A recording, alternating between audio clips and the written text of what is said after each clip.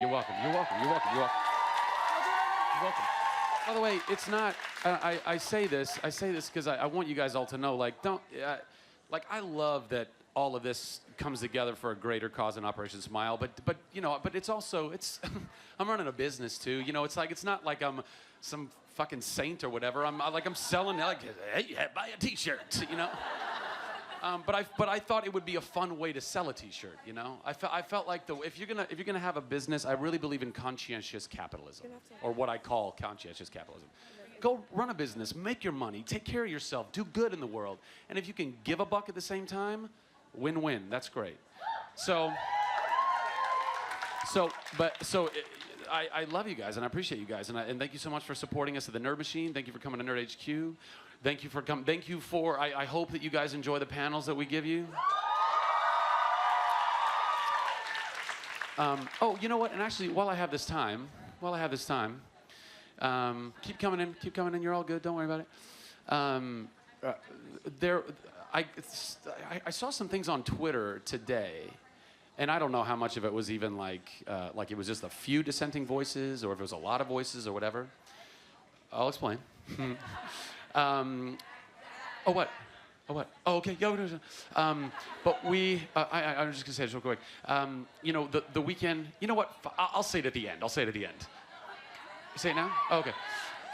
But so essentially, just so you guys know, just so and the world knows, or whatever, like I try to pack as much fun into a weekend as I can, and that involves both fans and it involves celebrities as well, right? And so Thursday night is like y'all's dance party. Like I just want to throw y'all a dance party on Thursday. And then Friday night is the one that I do for all the talent and all the sponsors that give us money to make Nerd HQ. And then and Saturday night just turned into like an impromptu, like my friends that I see maybe once a year at Comic-Con, I have a little party with them. And then I don't want to shut down the rest of the venue. I want you guys all to still be able to appreciate it. But some people on Twitter were like saying, oh, you like were keeping us out of your party or whatever. And I was like, no. But so for whatever it's worth, I just want you guys to know, please don't ever feel disenfranchised. Don't ever feel excluded. I try to do everything I can. I love you. Go on. All right.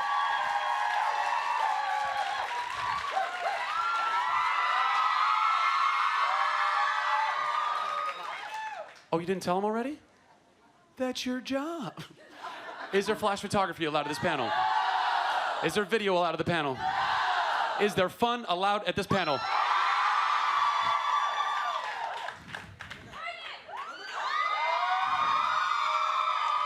Please welcome to the stage my friend Tom Hiddleston.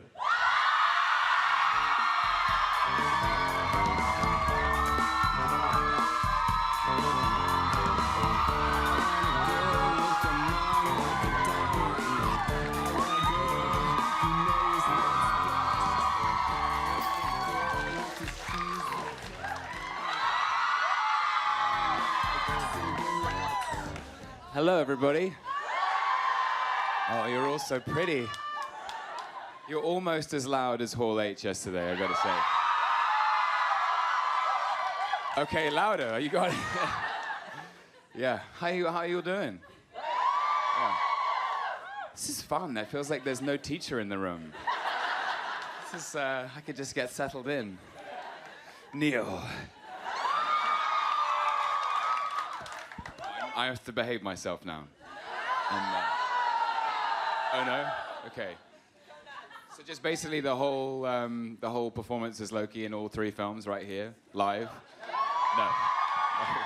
Save it. You have questions. Who's got a question? Who's got a microphone? Hi, Tom. Right there. Hello. Hi, I was wondering what your favorite Shakespearean work is, and if you can give us a sample. Wow. That's a really good question. We have time?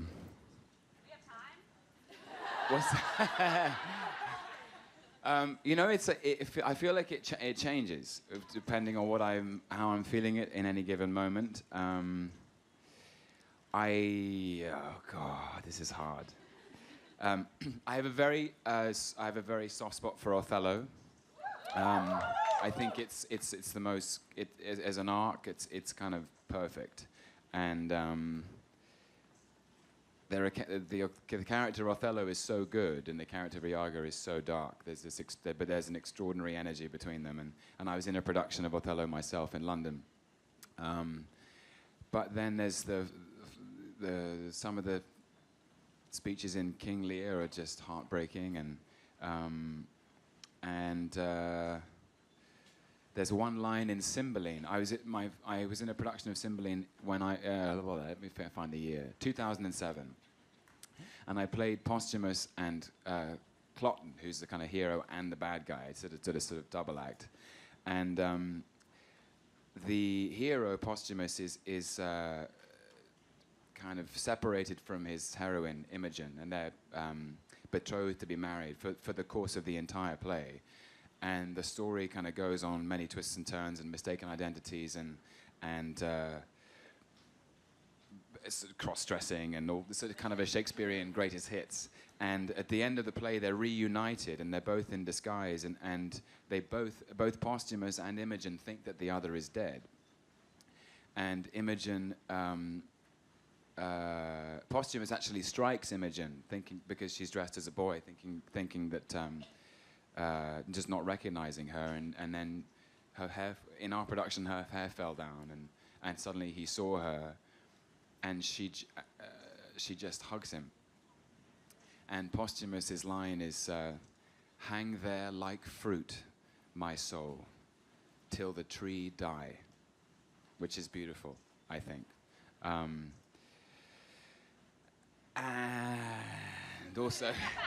And also I played Henry V, which is amazing, and it's an extraordinary play, and I'm about to play Coriolanus, so Coriolanus is in my head. That wasn't a very good answer, was it? Like, there's a lot of it. Yeah. It's a great answer. I've just never felt more uncultured in my entire life. Hi, I played a guy who worked at the Buy More. As I met, I had the great pleasure last night, drenched in my own sweat on the dance floor, of meeting Nathan Fillion. Yes, I did. And I told him the truth, which is I'm a nerd about two things, and that's tennis and Shakespeare. And he, in Joss Whedon's Much Ado About Nothing, he gives the best Dogberry I've ever seen. It's amazing. Who's got a mic? Right here, right in front.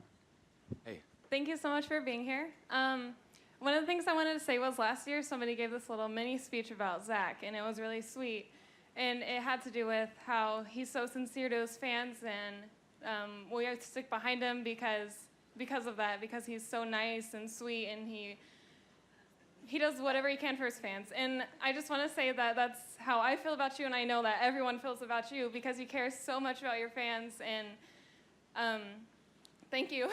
Thank you very much. My question you guys are the best, for sure. My question was, for someone who's wanted to act their entire life, what's the best advice you could give them? No pressure. You know, Kenneth Branagh is a big mentor of mine, and he said something the other day. Somebody asked him a question, and I think it's a quote from Shakespeare, from A Midsummer Night's Dream, which is 4 words: "Take pains, be perfect." And it's I think his way of saying, you know, don't be afraid of caring. I mean, when I started acting, I'll never forget this. There was a guy above me at drama school who used to say, when you have a big audition for a part that you really want, you should go out and have a crazy night, and then turn up to your audition hungover, and you'll always get the part.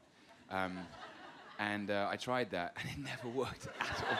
Like, I would just be like, oh, I just want to go to bed. I'm really just tired. And then I kind of changed. Well, basically, I gave myself permission to care, because there are a lot of people in this world who are afraid of caring, or afraid of showing that they care, because it's uncool. It's uncool to have passion. It's so much easier to lose when you've shown everyone how much you don't care if you win or lose. It's much harder to lose when you show that you care, but you'll never win unless you also stand to lose. And it was basically, I've said it before, don't be afraid of your passion. Like, just give it free rein and be honest and work hard and it'll all turn out just fine. And sing in the trailer. That's what we do. Every morning when we were getting our hair and makeup done, we would be blasting music, or as loud as they would let us play it. It was actually, like, I think really obstructive for everyone else on the bus. Like, you're doing these films, you're doing a film like Thor, The Dark World, and both of us, well, we both have a hair color change, first of all, and different degrees of face paint, and you're due to shoot, like, you need it on set at, say, 7 in the morning. So we're usually in the makeup chair at 5 a.m., like, and people are moving a little slow. It's 5 o'clock in the morning. It's the winter. Like, the entire planet is still asleep. But we tended to just blast out everything from Elton John to the Beatles to Stevie Wonder. A lot of Stevie Wonder, yeah. This man has a pair of pipes on him. That's no secret. No. No singing. Next question. I love you. I don't know how to sit on this chair. It's like so big and deep. I'm like, do I sit at the front or do I sit at the back? Does anyone else have this problem? They do. We're going to work on that for next year. Right. I could sort of do this and, like, you know what I mean? Just perch on the side. Some people have been doing that, actually. I saw Joss do this the other day. He just moves around. Joss is moving. He's like, hi, I'm Joss Whedon. I'm not going to do an impression of Joss. Yeah, right there. Hi, Tom. Hi, Zac. Hello. First of all, there are a couple of friends of mine scattered around here, and we're all come from Australia for our first ever Comic-Con, and I wanted to thank... Amazing. I wanted to thank everyone for making our first experience a really, really amazing one.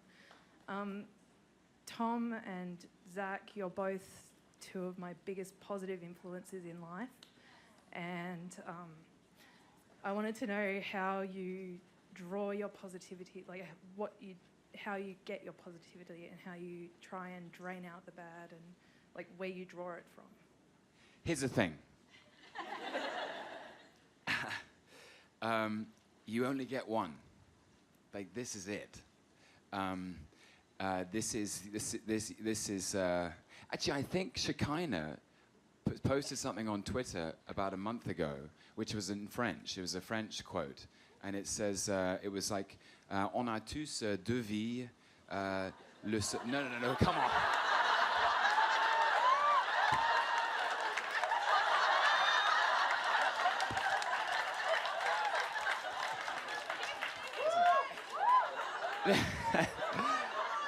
Well, listen, I'm from London.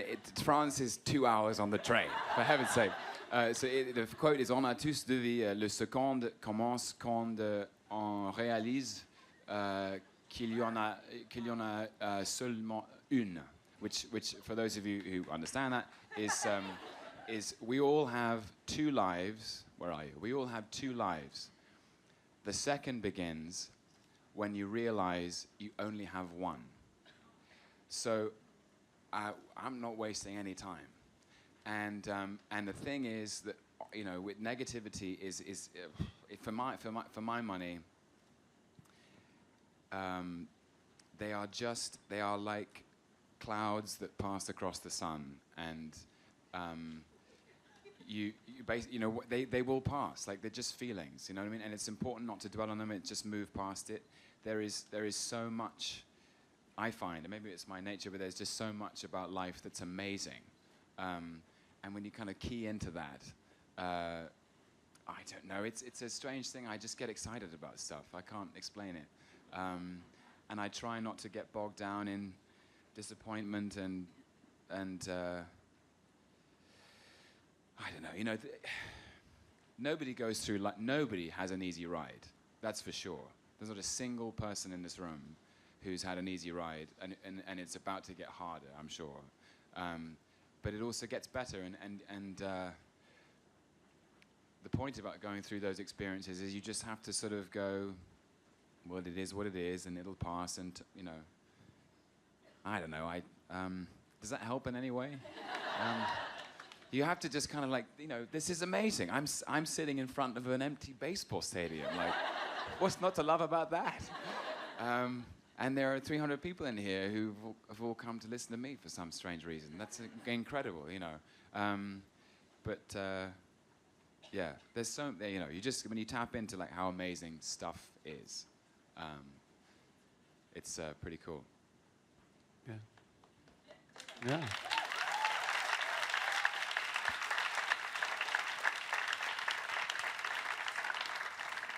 Actually, sometimes when I was at drama school was really hard. I was really they deliberately kind of overwork you, and they throw everything at you. And maybe I was on a 3-year course at a drama school in London called RADA, and the first year you kind of work at you sort of slightly showing your strengths and the things that you're good at, and the second year they throw you everything you can't do, all the things that you know. That are your weaknesses, and you're basically to work on your weaknesses. What's the point in working on your strengths? And you're working sort of 16-hour days, and you're exhausted, and you're drained, and you're physically tired. And I kind of lost the love a bit. I lost my mojo. And true, I did. And I remember going. I live near a couple of parks in London. I remember one night I couldn't sleep, and it was the summer. I got up really early in the morning, and I went and walked to the nearest big hill, and I saw the sun rising over London, which is one of the greatest cities in the world. And sometimes, like, that's the answer, is just get up when the sun gets up and look around, and you realize you're part of an amazing planet. That's what I do.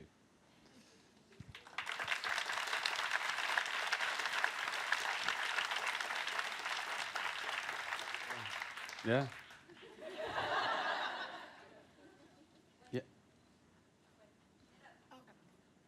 Hello. I wanted to first start by saying thank you for coming today, and in particular for helping raise money for Operation Smile. And I wanted to... 6,000, just this panel, $6,000. You guys did that. That's amazing.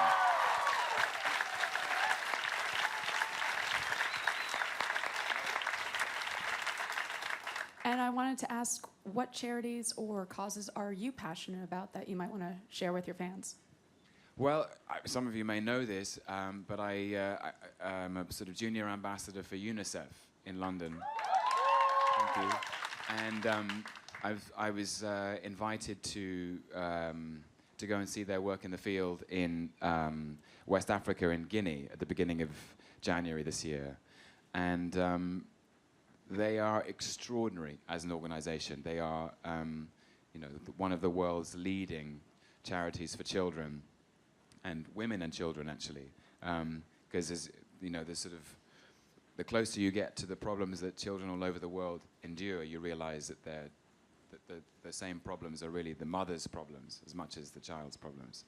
And they believe very, very strongly that every child deserves a clean break, and no child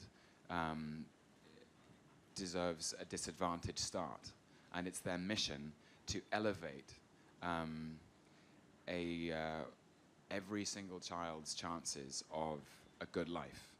And I've seen their work firsthand. I've seen it in the field. I've seen what they do in London. They are extraordinarily dedicated.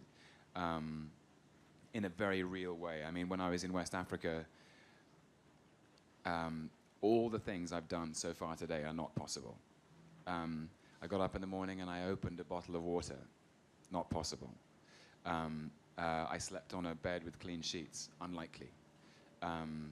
I put on clothes that had been washed in a washing machine. Not possible.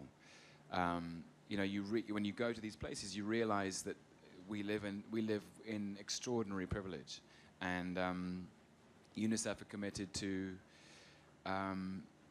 helping babies get inoculated against disease, helping train mothers to know how to breastfeed, helping make sure that they have access to clean water to drink, helping that they have sustainable agriculture, helping that they, so many things, combating the terrible FGM that's rife all over the continent. So it's amazing, and I'm very, very proud to stand with them in that fight. There you go.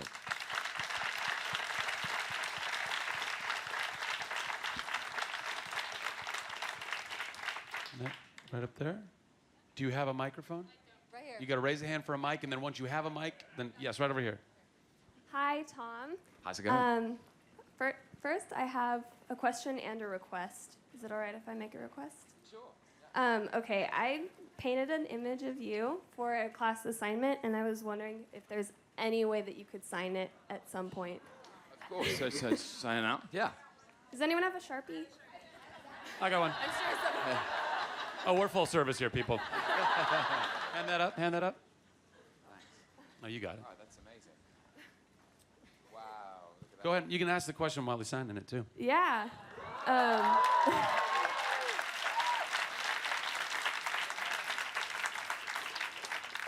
remember when this photograph was taken, it was I was trying to get some new headshots, and I felt like I was pulling terrible faces. So I looked away for a second. I said, "Hang on. Let me just like relax for a bit." So I was just looking out the window, and she got me. There you go. Yeah. Okay. My question is, now that you're. What's your name, darling? Kate. Do you want me to put your name on it? Yeah, sure. Yes. Thank you so much. Can I ask my question? Of course you can, yes.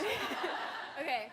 My question is, more recently, I guess not as recently now, but more recently you've been doing more national, worldwide commercial stuff, but yet you're still doing Coriolanus and smaller venue things as well. How do you balance working in that really big commercial world, doing Thor and other movies, with the smaller things that you're still doing, like Shakespeare?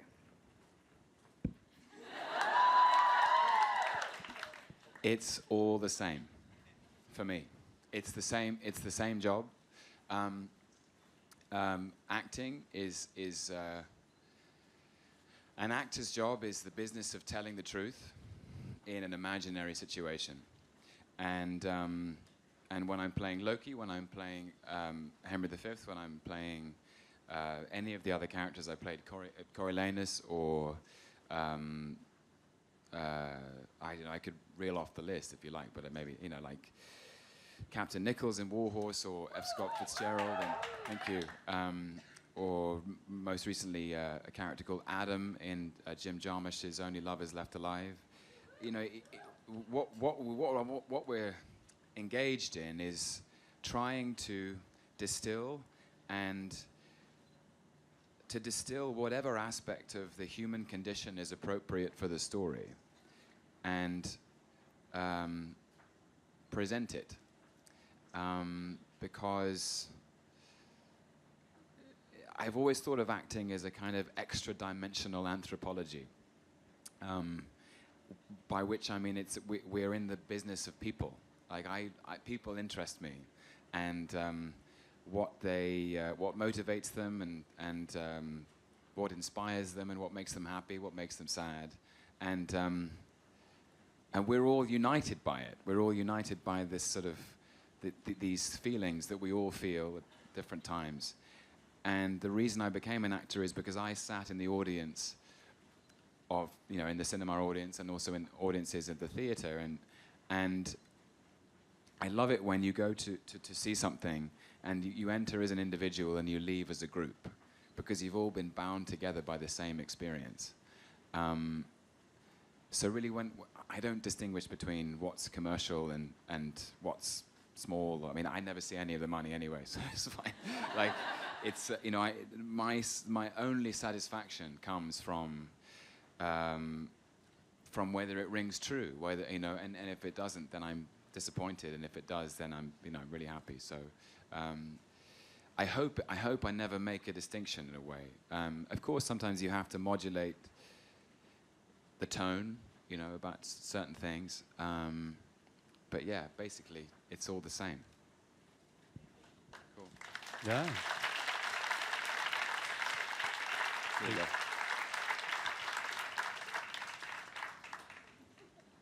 And right there. Still don't know how to sit on this chair. I'm like, what am I doing? Oh no! I was dancing too late. It was his fault.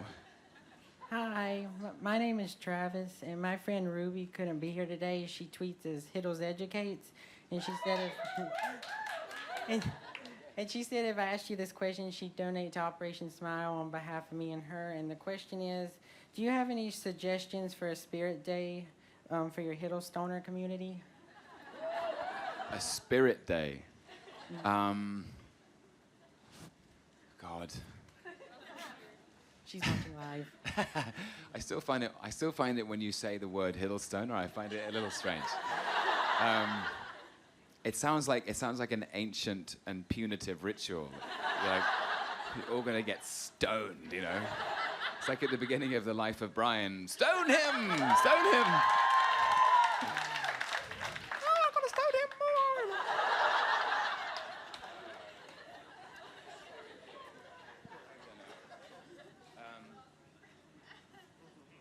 I don't know. I guess whatever you guys think is appropriate. I mean, I'm so flattered that you'd even want to do that.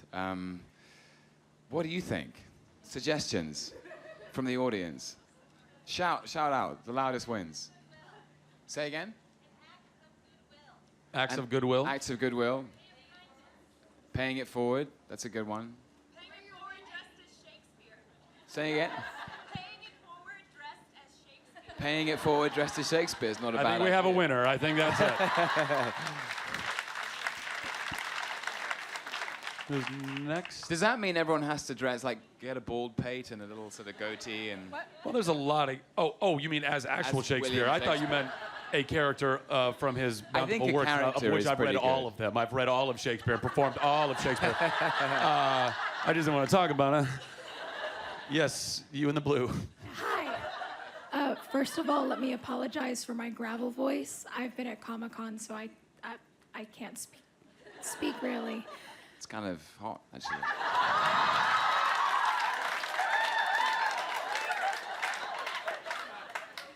You shouldn't say that to me.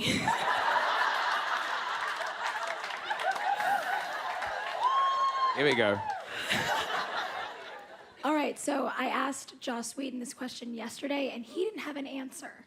So my question is, between Thor and Avengers, we see a really dark change in Loki.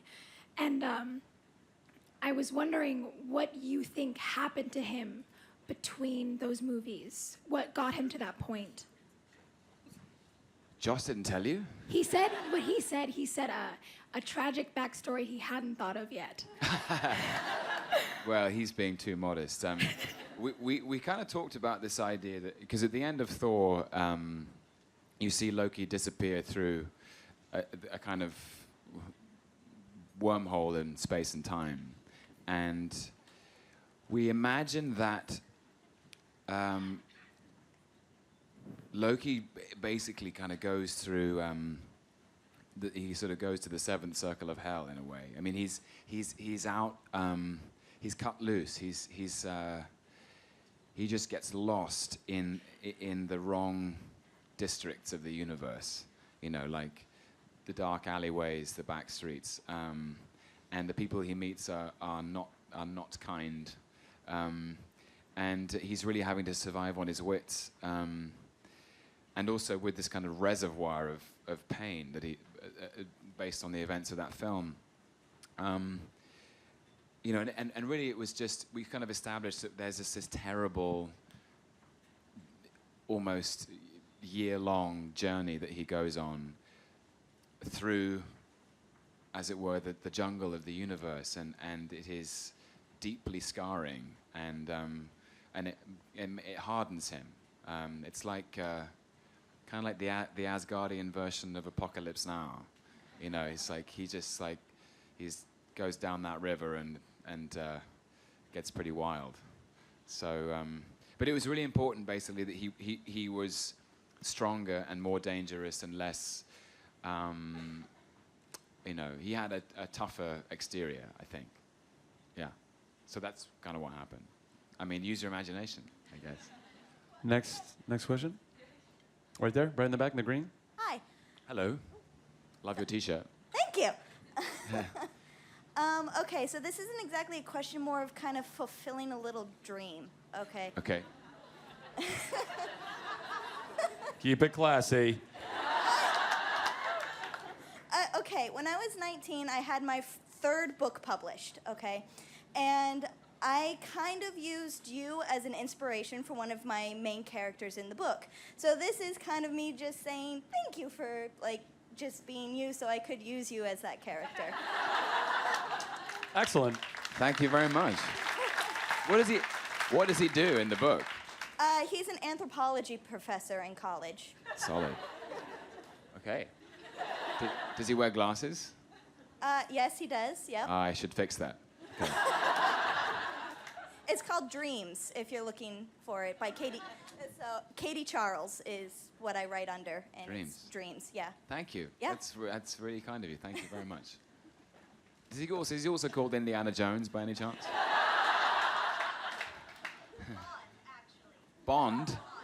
I'll take it.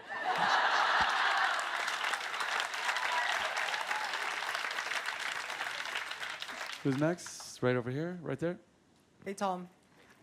First, I just wanted to say that this is our first... Are you a writer by any chance? No, this is for Nathan earlier. Oh, okay. We just wanted Nathan. to say... But we're here for you, too. Oh, dude, thank you. It's cool. We just wanted to say thank you first. This is our first year at Nerd Headquarters, and we've never felt so welcome. Everybody's been great. Zach, thank you. Everyone is great. Everyone's been great, yeah. So cool. So, my question's kind of like twofold. One, were you aware of Agent Phil Coulson's following prior to you reading the script of the second Avengers? And if you were, what was going through your head when you read that part?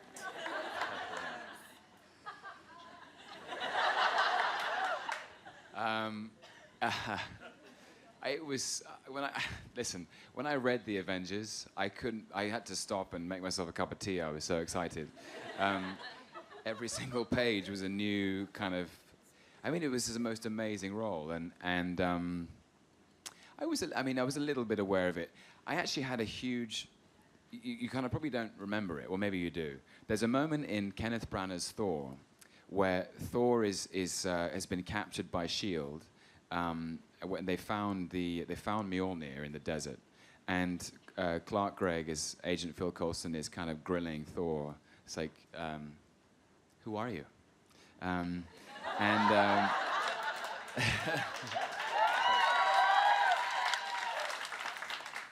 You made my men look like a pair of minimum wage mall cops. That's hurtful. And then he walks out of the trailer, and there's a reflective door. There's a reflective screen, and from where the camera angle's standing, you see Clark walk out the door, and then he closes the door behind him, and I'm standing there, and he and I, to make that shot work, had to do this incredible kind of two-step dance. Because it was old school, there was no special effects. You know, we had to kind of hop. I had to hop into place, and he had to tap me, sort of give me a hand signal before he did it.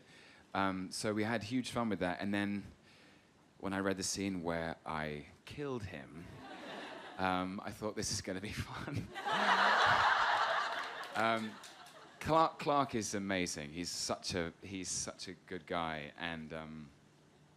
It took us a while to get it right, because I knew that it actually needed.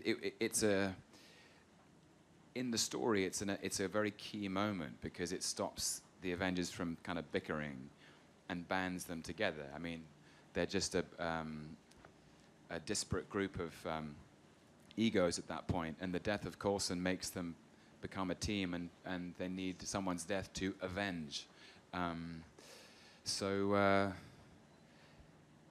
And then I realized he had loads of fans. But he's alive and well, and he's doing S.H.I.E.L.D., so it's all good.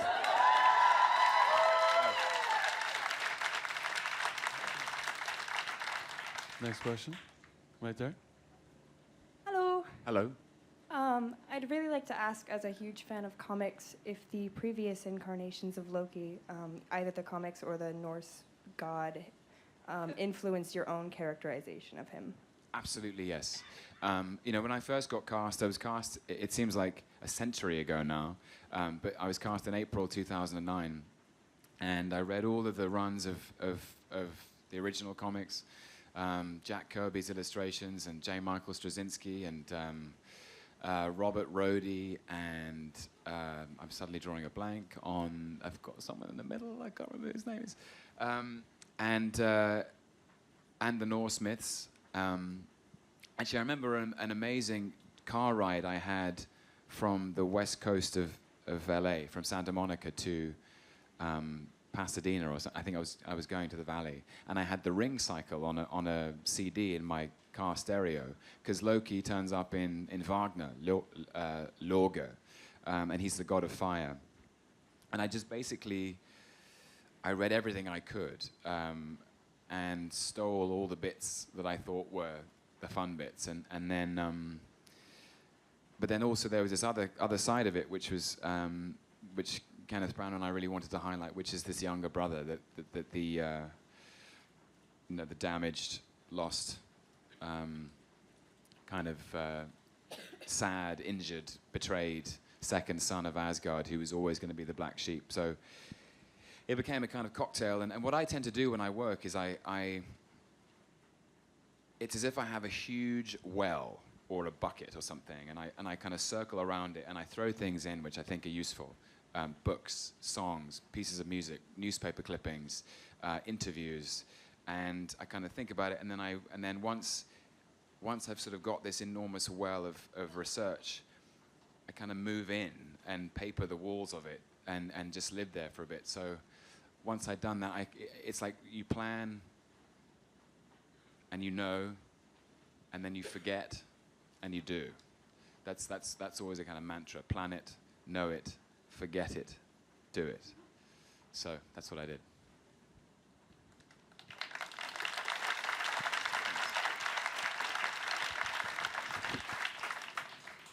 Hello. My name's Jazz. This panel pretty much kicks off a pretty awesome weekend. So I wanted to know, you've kind of answered my previous question, but I just wanted to know if you could travel back to any time period in history, where would you travel back to and why? I'm always asked this question, and I never quite know what I'm going to say. I'd love to have traveled back to ancient Greece, because like we come to great enthusiasm for ancient Greece. It's we're so used to the idea of this.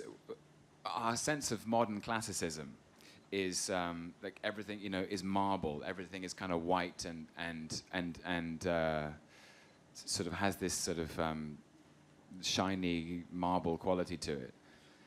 But actually, all of those palaces and temples in ancient Greece were painted. They were painted so many different colors. They were as colorful as Marvel Comics. And I'd love to have seen ancient Greece in kind of Technicolor, as it actually was. But I was in Woody Allen's Midnight in Paris, and thank you. And I sort of had a taste of what the 20s in Paris might have been like. And the more I read about it, and the more, I mean, they lived the high life, that's for sure. It was an amazing, I think the 20s in Paris was, 20s and 30s was an amazing time. But you know what? People say that his film is all about this. It's about what golden age thinking is what they call it, which is an idea that there was a better time before now. Like, now it's kind of meh, like it was better before. People say it now, they're like, you missed the 60s, or like the 70s is where it was at. Or it was all about the 30s, or whatever. People are always harking back to an age in the past which they thought was better. Nonsense. The time is now. And we should celebrate that. So.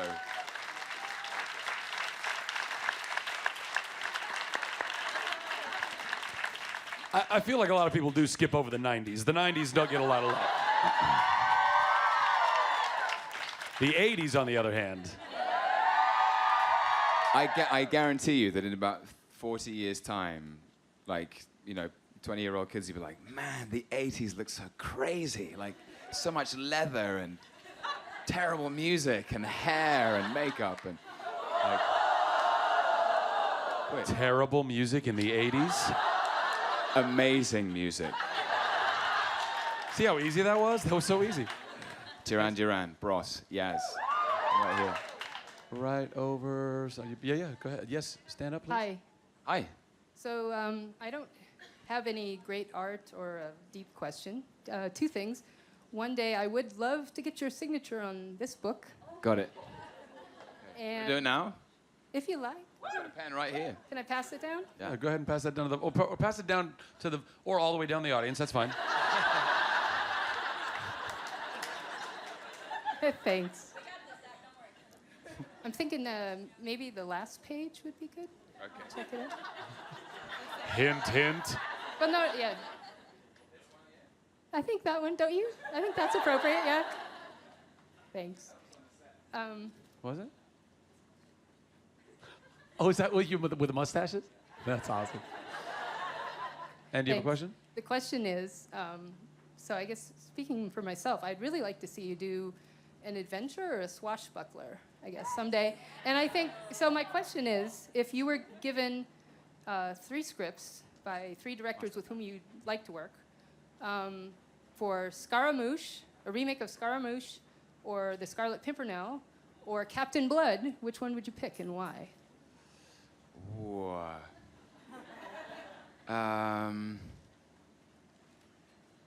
The Scarlet Pimpernel has always been, like, of the 3. I mean, they're all amazing, but I'd love to do it at some point. I mean, the thing is, I kind of been so busy playing Loki, I haven't done anything done for anything else. But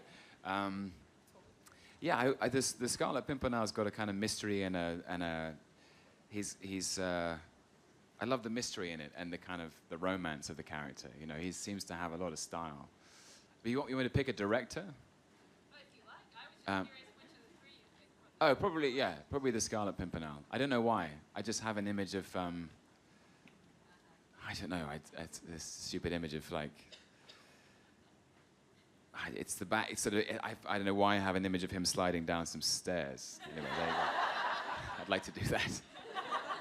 Who's got the next mic? Next mic, right there. Hello, Hey. Tom. Hi. Hi. Thank you for Hall H. It was amazing. Thank you very much. It was fun. My question is, obviously you love doing impressions. My favourite being Chris Evans, as you know. And Oh my God. Oh God. It's like, oh man. Okay. Wow, Zach, Nerd HQ, man. It's pretty rocking. Listen.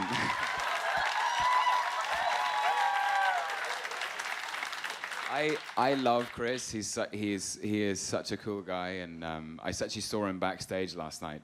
After I came off stage from Hall H, he was right there, and he was so funny because he was wearing a t-shirt and a cardigan like a human being.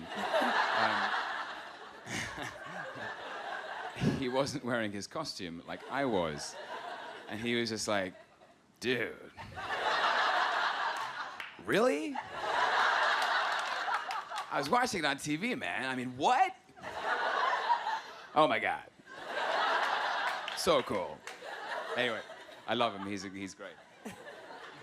so I was wondering if, while you're filming Thor: The Dark World, firstly, if you can do an impression of Zac, and secondly,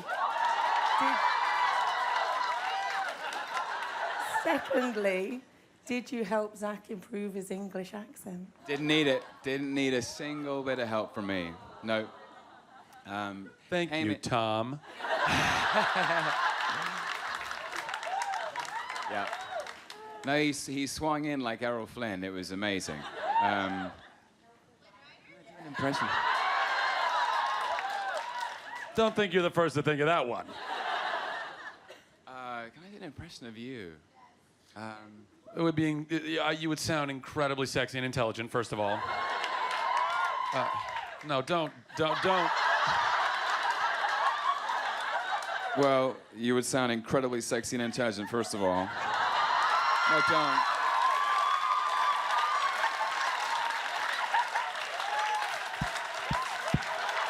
Keep it coming. This is the Nerd HQ. Yes, I did.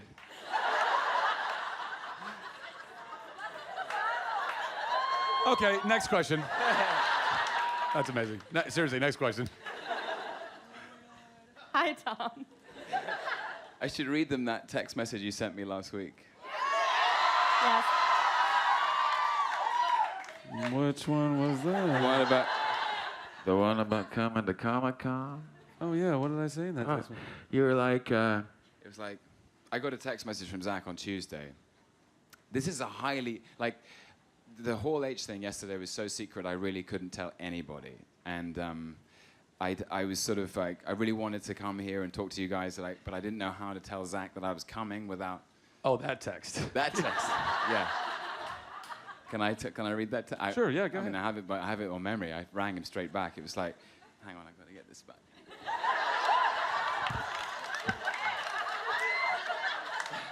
It's like, Hiddleston, I have an inkling that you are coming on a top secret mission to Comic-Con. If you do not swing by Nerd HQ, I will personally punch you in the dick.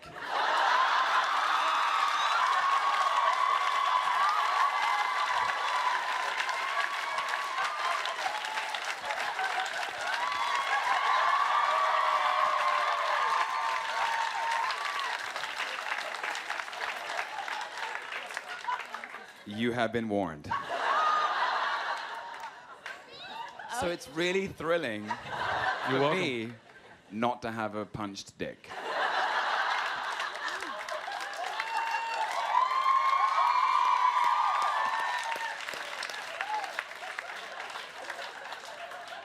Sorry, Donna, do you have a question? Well, first of all, I can speak for all of us when I say I'm really glad you came to Nerd HQ. Me too. Yeah. Okay, I'm fine.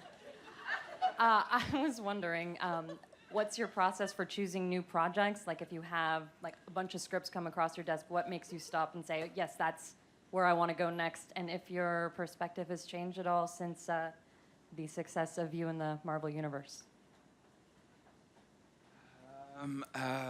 Gosh, it's always so hard to put my finger on what it is. It's just a gut feeling. I think I always trust my gut. That's all I have. Even when I'm working, and you're thinking about the shape of a scene and how it should be played, and your head can often get in the way, and you've got to trust your gut. And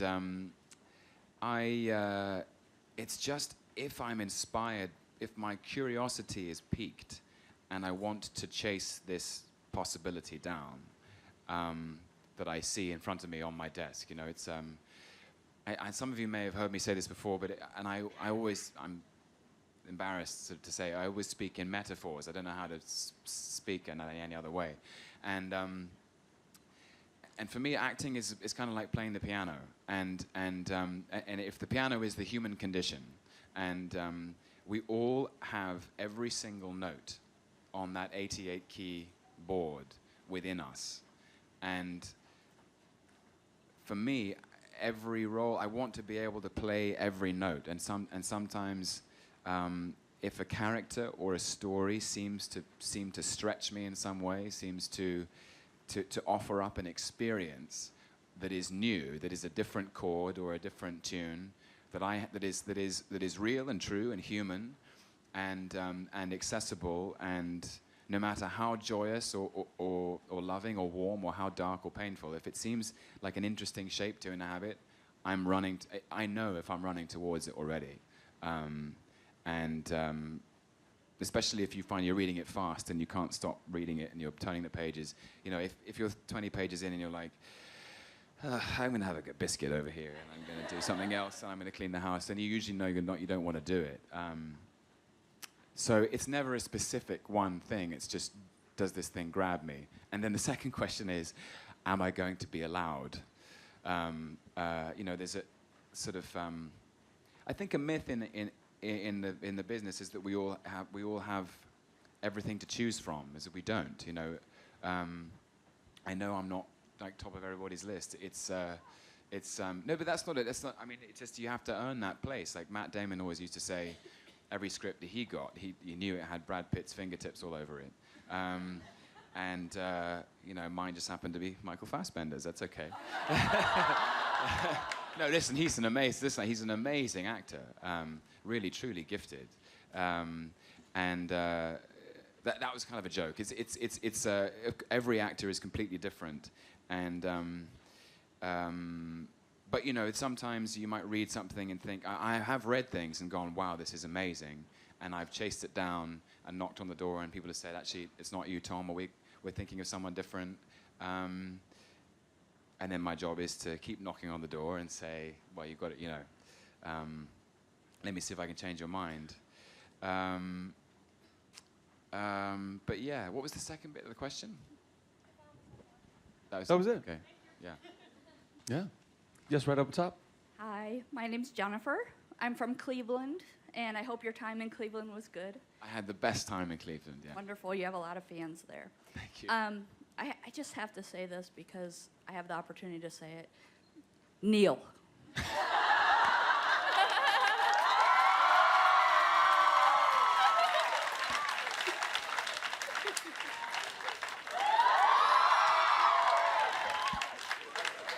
Thank you so much. My question is, you've worked with a lot of great people. I'm curious to know how it was working with Tilda Swinton, and is there anyone that you haven't worked with yet that you really want to work with? Second question first. I mean, so many. I get inspired every time I go to the movies or I go to the theater. I don't even know where to start. And the more people, if I were to make a list, next week there would be 10 new names who weren't on the list,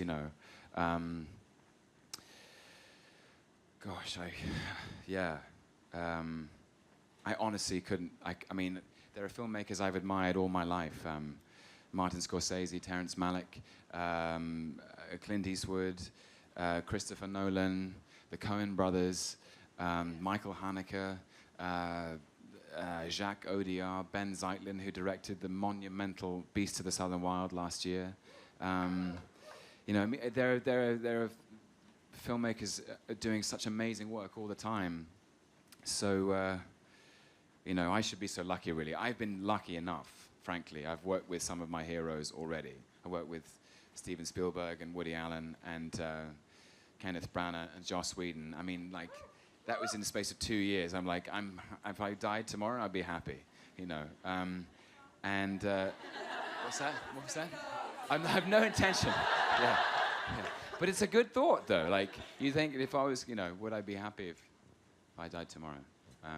Actually, recently, this comes back to your question. I saw an amazing video on YouTube, and it was about this young guy who was told he had a terminal illness. He had about 100 days to live, and it was incurable. And he basically spent the last 100 days of his life being amazing. And he did all the things that he had always wanted to do. And it seemed like he was more alive in those 100 days than the rest of us, because he knew that it was all going to end. And it made me think, well, it is going to end, so I better get on with it. And that's a very galvanizing thing. It's like, do what you love. And what was the first part of your question again? Sorry, Don, I've forgotten. Oh, Tilda. Tilda is amazing. How do I sum up Tilda Swinton? She's not possible to sum up. She defies categorization. She is incredibly warm and really, really brilliantly intelligent and sharp and kind. She's very, very kind. And she's lived an extraordinary life. She's broken so many rules that were imposed upon her by other people, and she's amazingly wise. It's actually astonishing. She just has she's got it, whatever it is that we were talking about. She knows that life is short and it's for living. And she was huge fun, actually. We shot Only Lovers Left Alive this time last year in Detroit and Tangier and Cologne. And we just had such fun. We were kind of doing night shoots, and I remember one day we both had a kind of hair and makeup situation, and one day she just passed me her phone and said, "Watch this," and it was Gangnam Style. She was on it. She was onto it way before everybody else, and she's a riot, and she's amazing in the film too. Next question. Oh yeah, clap for clap. You want to clap? Yep. Hi, Tom. Hi. I'm Darcy. Or Hi, Hiddles hi, Ninjas. Darcy. Say again, And sorry? Hiddles Ninjas on Twitter. Oh, awesome. You have ninjas in your army. Okay. There are so many subgroups of Hiddle. I can't even. I know. But you have to have ninjas. Certainly. Doesn't everybody? Please. Your question, ma'am. It's a quick two-part question, if that's okay. My first part is I'm just curious. You memorize so many lines, and I can't even remember someone's first name. I'm just curious what you use to remember so much text. And the second part is I saw a video on the internet of you doing an impression of a velociraptor. But it's kind of hard to hear, so I was hoping you might do that.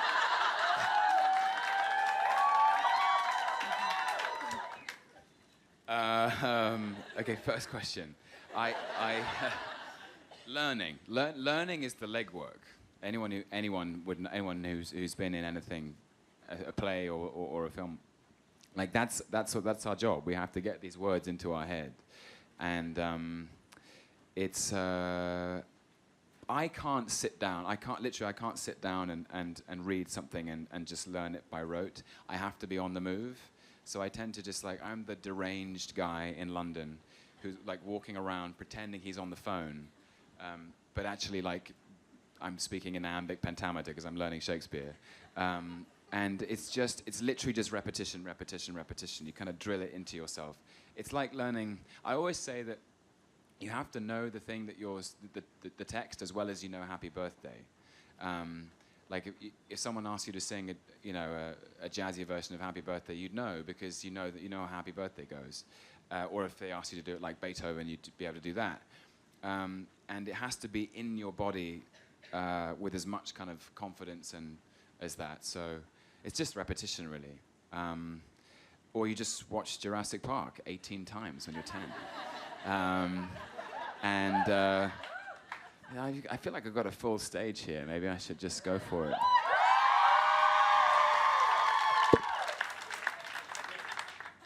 I'm going to regret this. Welcome to Nerd HQ.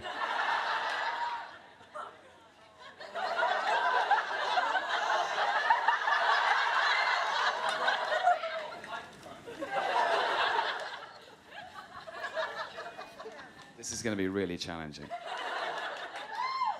It's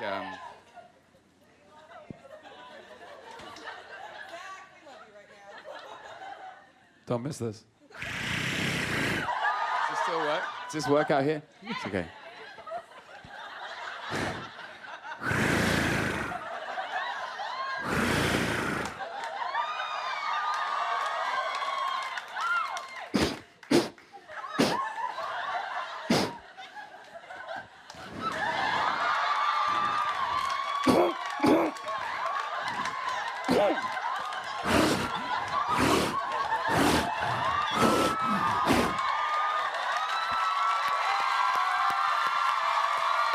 Ladies and gentlemen,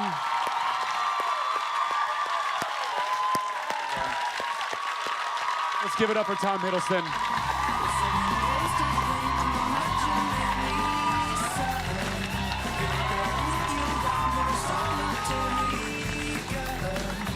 This moment doesn't happen every Give it up for Tom. Thanks, guys. Thank you for being such good sports.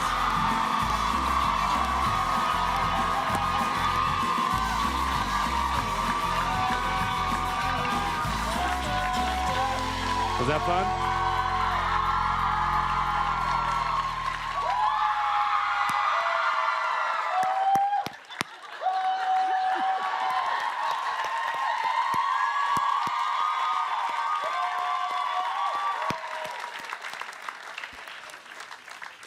So you kind of enjoyed that one, right?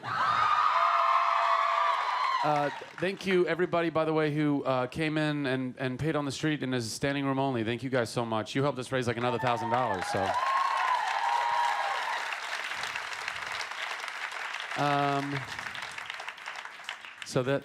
Well, that's the end, everybody. Oh, shut up. Did you guys enjoy Nerd HQ this year?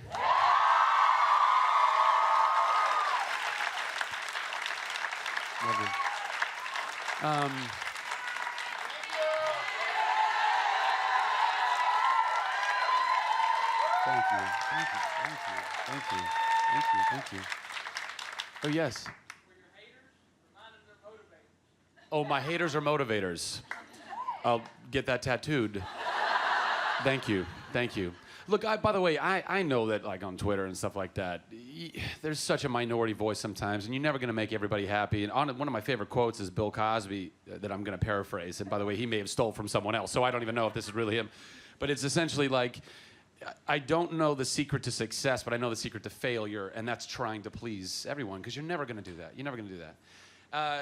But I'm going to try. I'm going to try.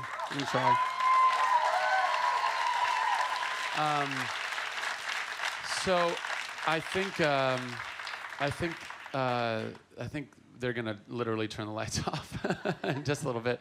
But I just wanted to have a moment with you guys where I hopefully won't cry, and I'll just tell you that you don't do that either.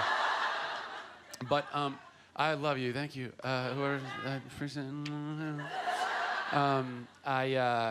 It means so much to us that you guys have been with us, that you go on this journey with us, you know, like this is it's a crazy thing that literally we start doing the day after Comic-Con ends every year to try and fix it and make it better and get better fucking seats. Oversight, my fault. You know, all the little bits and pieces, and just make it as streamlined as possible and offer you guys, you know, as much interaction and activation that, you know, and give you guys this kind of intimate, fun stuff while still protecting them in very important ways, you know, because it can get crazy. So if at any point, if anybody during the weekend says, hey, you know, we can't, or this or whatever, and you guys, by the way, have been so cool. Like anytime like you try to get a picture, I'm like, I'm sorry I can't, but I do it with a photo booth. Thank you for understanding. Thank you when you see me in San Diego or walking around and I got no time. Or for Nathan or for Tom or for anybody else, you know, we come down here because you guys, you watch what we do and you buy what we do, and that's why we have jobs. So this is all for you guys, and we love you, and God bless you. And as you walk out, if you do me a favor.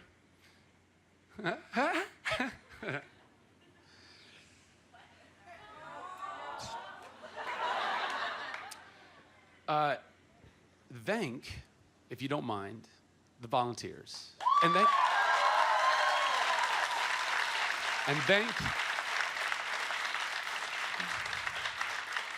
And thank Petco Park. If you see anybody who works for Petco Park, please thank Petco Park as well. And thank yourselves, and come to see me in First Day on Broadway if you're ever in New York. God bless you guys.